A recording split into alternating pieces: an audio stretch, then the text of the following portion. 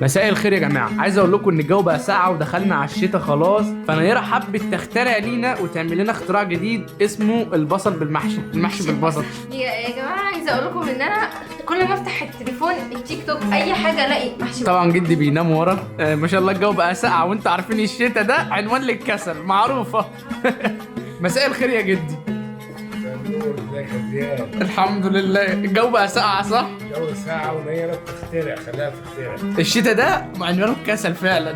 عايز اكل السخن وشرب السخن وبيخلي الواحد كده مكسل وعايز يفضل قاعد في مكانه. ما انا هدفيكوا دلوقتي، ده انا هعمل لكم شويه محشي بصل، يا رب يطلع طعمه حلو، يا رب زي ما بشوف شكله كده والناس الله. انا اصلا اول مره اسمع الموضوع ده، ان حد ياكلنا بصل محشي. انا هقول لكم يا جماعه، انا كل ما افتح التيك توك الاقي محشي بصل، افتح اليوتيوب الاقي محشي بصل. ايه يا جماعه ايه واغلب الناس اللي بتعمله تقريبا كده مش مصريين، فمش عارفه. فانا معلوماتي كلها عن المحشي كرومب، بتنجان، ورق عنب، كوسه، الحاجات دي. يعني انت بتجيبي البصلايه وتروحي فاتحاها مثلا مقوراها من النص وتحشيها رز؟ انا الصراحه يا جماعه كنت ابحث وادرس الموضوع ده كويس جدا، عشان انا بحب اجي اعمل حاجه يعني ما اجتهاد ده على تفشلش. فكره طبعا اجتهاد جدا، لان انا بحب اجرب حاجات تطلع حلوه اعملها لكم، تطلع مش حلوه ابقى انا جربتها ورديت فضولي هكذا. شفتوا كل الحاجات دي هستخدمها ليه، ما تتخضوش يا جماعه. انا عايزه اقول لكم ان انا اتفرجت على حاجات كتير وبحط حاجات عجيبه للمحشي البصل ده، بيعملوا بطريقه يعني غير مختلفه عن طريقه المحشي العاديه، بس انا بقى ما سكتش، انا اتفرجت على كذا فيديو، 100 فيديو والله. يعني هيطلع حلو في الاخر ولا اختراع كده فاكس وخلاص؟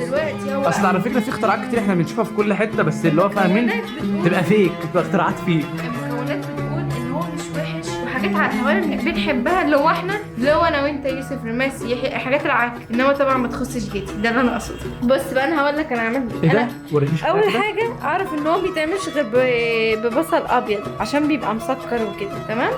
فجبت رحت جبت بصل ابيض، احنا عندنا بصل احمر، فجبت بصل ابيض. عملته بقى ازاي؟ بصوا قشرته وفتحته كده لحد النص، ورحت شايله منه الحته اللي في النص ديت عشان تسهل معايا الدنيا. غليته في ميه الاول، قعد يجي بتاع ربع ساعه، وحطيته في ميه ساعه. اول ما طلع راح مفتح معايا بقى مسلوق، البصل بقى مسلوق بالظبط كده. بص بقى اعمل كده، تيجي ان احنا بقى نحشيه ونحطه ونلف. ده انت هتلفيه ازاي ده؟ بصي يا بنتي، ده انت كل ما هتلفيه تحسيه. والله شكله بيوتي. ده بالنسبه للبصل. تعالوا بقى اقول لكم الحاجات اللي انا قدرت اوصل لها. انا في حاجات عملت لها سكيب في الطريقه، وفي حاجات عملتها على مزاجي، وفي حاجات قلدتها. المهم يا جماعه دلوقتي انا عايز اقول لكم، عايزكم تكتبوا دلوقتي في التعليقات قبل ما تشوفوا الاختراع ده للنهايه، هل هو هينجح ويطلع حلو ولا اختراعات مين بيعمله؟ عيانه من اللي بنشوفها دايما؟ مين عارفه؟ انا عن نفسي اول مره اشوف حاجه اسمها محشي بالبصل. انا عمري ما سمعت عن محشي بالبصل برضه، يعني حاجه جديده بالنسبه لي. انا كل معلوماتي ان البصل يتعمل في المحشي، يتعمل في الاكل، يتعمل في ورق اللفت. كنت اخده في الشتاء اشويه، احط على البوتاجاز البصلايه، اروح شويها واروح مقشرها واكلها كده. لكن محشي بالبصل دي جديده عليا خالص. تعالوا بقى اقول لك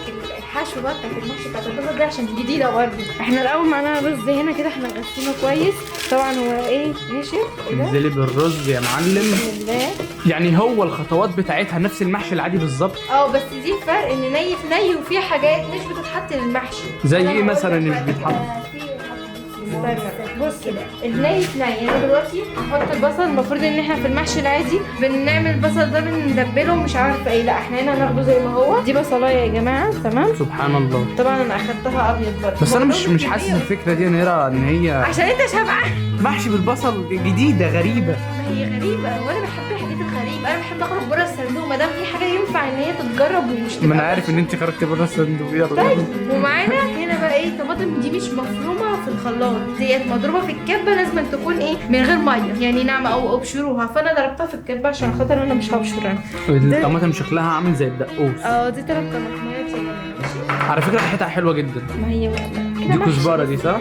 وده كزبره وشبت عادي جدا. طبعا هم كانوا ضاربينهم في الخلاط في الكبه، نعملهم جدا. صراحه انا ما بحبش كده، لان حاسس فين الحلاوه كده، فانا حاولت ان انا اضربهم ناعم على قد ما هو كده احنا بنخترع، وزي ما تيجي يا تطلع حلوه يا تطلع وحشه. قرن شطه ما رضيتش اضربه مع الطماطم، قلت هقطعه كده عشان لما تيجي تحت لسان واحد كده حته شطه يا ايدي كده يوحوح. يا رب بس ايدي ما يدوش عليا. انا عملت لكم قرن واحد عشان انا عارفه ان انتوا لوتي ومالكوش في الشطه. انت عارفه بعد الاكله دي نقدر تعمل لنا ايه؟ حلبسه. بعد الاكله دي انتوا مش عندكم، مش هيبقى فيه مساحه ان انا اعمل لكم حاجه تاني. لا حلبسه، اعمل لنا حلبسه. وبصوا بقى الغريب، الساعه دي محتاجه حلبسه معروفه. بس لا ان انا بحط ليمون. انا واعصر بحط بقى ايه؟ الليمون يا ليمونه معلم. ونص. على فكره شكلها حلو جدا. هي طب بص بقول لك شكلها محشي، تحفة. حاجات محشي عاديه يعني. انا عملت هنا عشان في البذر ما يقعش وفي الاخر يروح واقع. اخر نص ليمونيه. كنت بشوف بقى ناس تحط توم وناس مش عارفه ايه، الصراحه ما حبيتش ان انا احط توم يعني. انا حبيت ان انا اوصل لطريقه تبقى حلوه ومرضيه في نفس الوقت ايه وماشيه مع المود برضه. تمام. نعمل ايه بقى تاني؟ ناخد كده بقى دبس الرمان، ده حاجه مهمه واساسيه جدا جدا في محشي البصل. تمام. انزلي بقى يا معلم بالدبس رمان. ايوه كتر بس. تحس ان انت بتحطي عسل اسود. باربيكيو كده. عسل اسود باربيكيو ايه اصلا كتر عشان بصي انا هحط امل 50% انها تطلع حلوه. 50%؟ ده انت مش واثق فيا بقى. ده انت ازاي كده؟ ما هو 50 و50 عشان لو طلعت حلوه او طلعت وحشه. بعد ما حطينا ناخد صلصه برضو تاني. نحط مثلا ايه معلقتين صلصه كبار كده، معلقتين. كل دول أو- معلقتين يا مش عارفه اقول ايه. انا بحط بالنظر، ما بقتنعش بكلامهم. هناخد بقى ايه شويه شطه عشان طبعا مفيش شطه في الموضوع اهو. بعمل كده طبعا الناس واقفه بتندم حاسه الشطه. لا والله كنت عارفه نص العلبه. وادي الملح اهو. شويه ملح كمان. ماشي. ده عشان عارفه اثر الشطه بس. بس بقى احنا مش هنخلص النهارده. وهنحط كزبره، التوابل بتاعت المحشي العاديه اهو زي كده. وهنحط كمون. ماشي. ليه ده؟ هو صحيح ليه انت جايبه نعناع؟ عشان بتحط النعناع. نعناع شكلها اصلا مش هتتاكل في الاخر. ثقة زيادة اخويا دي ترفع معنويتي للسما يا رب. مش عارفه اقول لك ايه بصراحه يعني. انا نفسي اقول لك اطلع يا بره. بنتي خطواتها غريبه جدا. طب ما عشان كده انا عندي فضول اجربها. وليه زيت زيتون؟ المفروض يا جماعه احط النعناع مطحون، بس النعناع اللي عندنا ناشف فانا ايه هفرمه بايديا كده واحط. مش هحط وقال يعني مطحون. هنضحك على نفسنا بس ماشي. ما هو انا كده حطه في ايديا ولا يعني مطحون. انا كده عملته في ايدي اهو. اهو مش كتير بس كده كفايه. وبتحط برضه زيت زيتون اخر حاجه. ما مش كتير برضه، بتاع معلقتين او 3. بس انا عشان عايزه ماشي. لما تيجي بقى ربنا يسهل. بس هعكس والله وانا احط بقى شويه ايه زيت زيتون كده. حلو قوي كده. دول معلقتين، كل دول معلقتين. ما هنا يا اختك بتحب تزود من عندها. كريمه شويه. جات اخيرا العصا اللي مستنيينها من بدري. مش عارفه انا بعطس كده ليه. هنقلب بقى كل الكلام. طب تصدق وتؤمن بالله شكلها كيوت. شكلها عامل ازاي يا جماعه؟ شكلها تحفه والله. شكلها خطير. ايوه يا ابني. وانا بعمل اي حاجه ولا ايه؟ ده الحشو بتاع الاكله صح؟ ريحتها كده، ريحتها دبس رمان. ريحتها حلوه. ريحتها تحس ان هي عارفه انت لما بتكون حاجه حمضيه. انت وربنا ما شمتك قد ايه. والله شميت. على فكره انت لما قلبتها اصلا ريحتها وصلت لي. بصوا بقى يا جماعه، اهم خطوه هو البصل. طبعا هو ايه زي ما قلت لكم كده، هو يفك لوحده مع نفسه كده. بصوا مش اي حد يعمل. بناخد من البصل راق كده. ناخد منها ايه شريحه كده ماشي. ونروح جايين هنا كده حاطينه في الحشوه ماشي. ونروح ايه عاملين كده وبيتلف سادة الكيس. ده بلح مش بصل. محشي بصل ولا مش محشي بصل؟ نعمل تاني اهو. بس كتروا الحشوه بقى. كتر يا حبيبي. هي بتحتاج حشوه كتير. نلف كده. طبعا انا عامله ايه 4 بصلات. طب ايه دي؟ ليه شكلها عامل كده؟ مش معنى زيت سبحان الله لازم تبقى مختلفه كده وتكون كده يعني. هخلص بقى كل الكميه بالطريقه دي واقول لكم انا هعمل ايه. خلاص انا خلصت بقى المحشي بتاعي. بصوا تخيلوا دول عملوا لي 5 بصلات. هتقولي ازاي انا كده؟ اقول لهم ايه ده من البصلايه الرق بتاعها وانا بعمله تخين. هو البصل خلى عينك تدمع. اكيد صح؟ اكيد ما بقشر اكيد يعني. بس يا جماعه ان شاء الله احنا الحبه متفائلين. اللي طلعوا لي 5 بصلات. لا انا عامله 4 سوري. من ال4 بصلات اللي انا عملتها. هنعمل ايه الشوربه دلوقتي؟ طبعا اللي عنده شوربه يحط واللي ما عندوش يعمل اللي انا هعمله ده. هياخد ميه بسم الله. انا اصلا كنت شايفه الطرق كده مثلا كوبايه كده عشان نغرقه. بصوا بقى دي جريمه اللي انا بعملها ديت ويعاقب عليها القانون. جدي لما يشوف الفيديو ده هيولع فيه. بس انا محدش بيقول لي على حاجه لو محدش يقدر يزعلني. فمهم يعني هننزل بمرق الدجاج هنا بسم الله كده. يا معرف اسود بتحط مرق الدجاج يا نيره. تعرفي وبصوره. ايه؟ وبصوره كويس ان هو مش شايف دلوقتي. اللي هو الناس بتستر على نفسها. انا لا، اللي هو ربنا يستر فعلا دلوقتي. هو كده مش هياكل منه عشان كده انا حطيت. انما هو لو هياكل منه ما كنتش حطيته. ماشي. هنحط كده ايه 2 مرق الدجاج. اصلا يا حبيبي محدش يقدر يقول لي حاجه، محدش يقدر يزعلني. انا عاملاها قدامي. معلقتين صلصه كده. نقلب بقى الكلام الجميل ده كله كده. والله شكلها بقى شبه الحلبس. لسه هقولك شربتها بس أنا أول مرة أعرف إن الصلصة بتتحط في مية. وكده مواقين. كده حلو قوي. جميل. كداب دول. مش متفائل بالحاجات دي. والله برد. يلا بقى كده بسم الله الرحمن الرحيم نغرقها كده بقى بالشربات بتاع منعكسات دي. بعد ما عملنا كده هناخدها ندخلها الفرن. بس الاول انا هعمل طبشاي من عندي محدش عملها.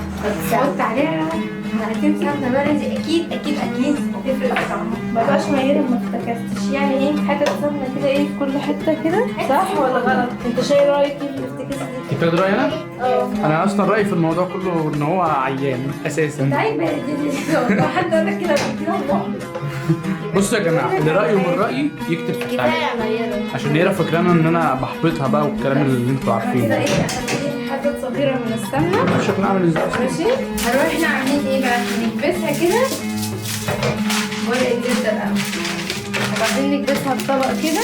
واهم حاجه الطبق ده يكون يدخل الميكروويف عادي صح؟ اسهل بالحراره لحسن تفتحه تلاقي الطبق سايح على الاكل. نروح بقى ايه حاطين الفويل كده ومغطينه وعلى الفرن. بتبقى حلوه على فكره تفهم انها من ايدي اصلا. طبعا هدوقها بقى واقول رايي فيها. أنا اول حاجه هدوق الصوص بتاعها. وأنا جامد جدا، طعمه تحفه والله العظيم، طعمه تحفه. الصوص لسه هدوق البصل نفسه. انا عايزه اقول لكم يا جماعه ان انا نسيت اقول لكم ان انا حطيت عليها دبس رمان وشويه زيت زيتون كده على الوش كده طلعت مسحه في الاخر. بسم الله. انا عايزه اقول لكم ان البصل هو اللي كانه ما استواش انما الرز من جوه استوى.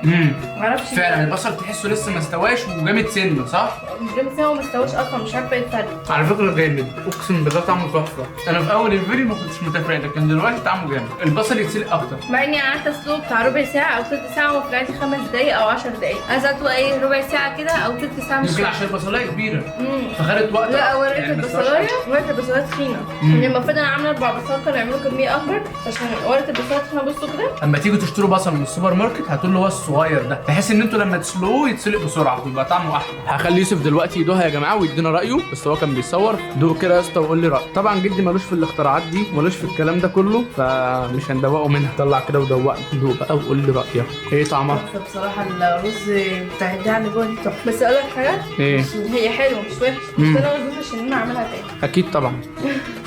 بجد. وده يا جماعه اخر الاختراع بتاعنا ودي كانت تجربه خفيفه كده يا رب تكون عجبتكم. وانتوا لو بتعملوها قولوا لي، لو في حاجه غلط انا عملتها قولوا لي هكذا. بصوا يا جماعه ما تعتبروش ده فيديو لان احنا بتصور لكم يعتبر كواليس حياتنا بالظبط. كده. فنتمنى ان الفيديو ده يكون عجبكم. ما تنسوش تحطوا لي لايك وتشتركوا في القناه وتفعلوا الجرس عشان اعمل لكم فيديوز من دي كتير قوي واختراعات. يبقى لو انتوا حبيتوا يعني الفيديو من النوع ده اعمل لكم كده فيديوهات سريعه وخفيفه كده من النوع ده. فاشوفكم على خير يا جماعه ومع السلامه باي.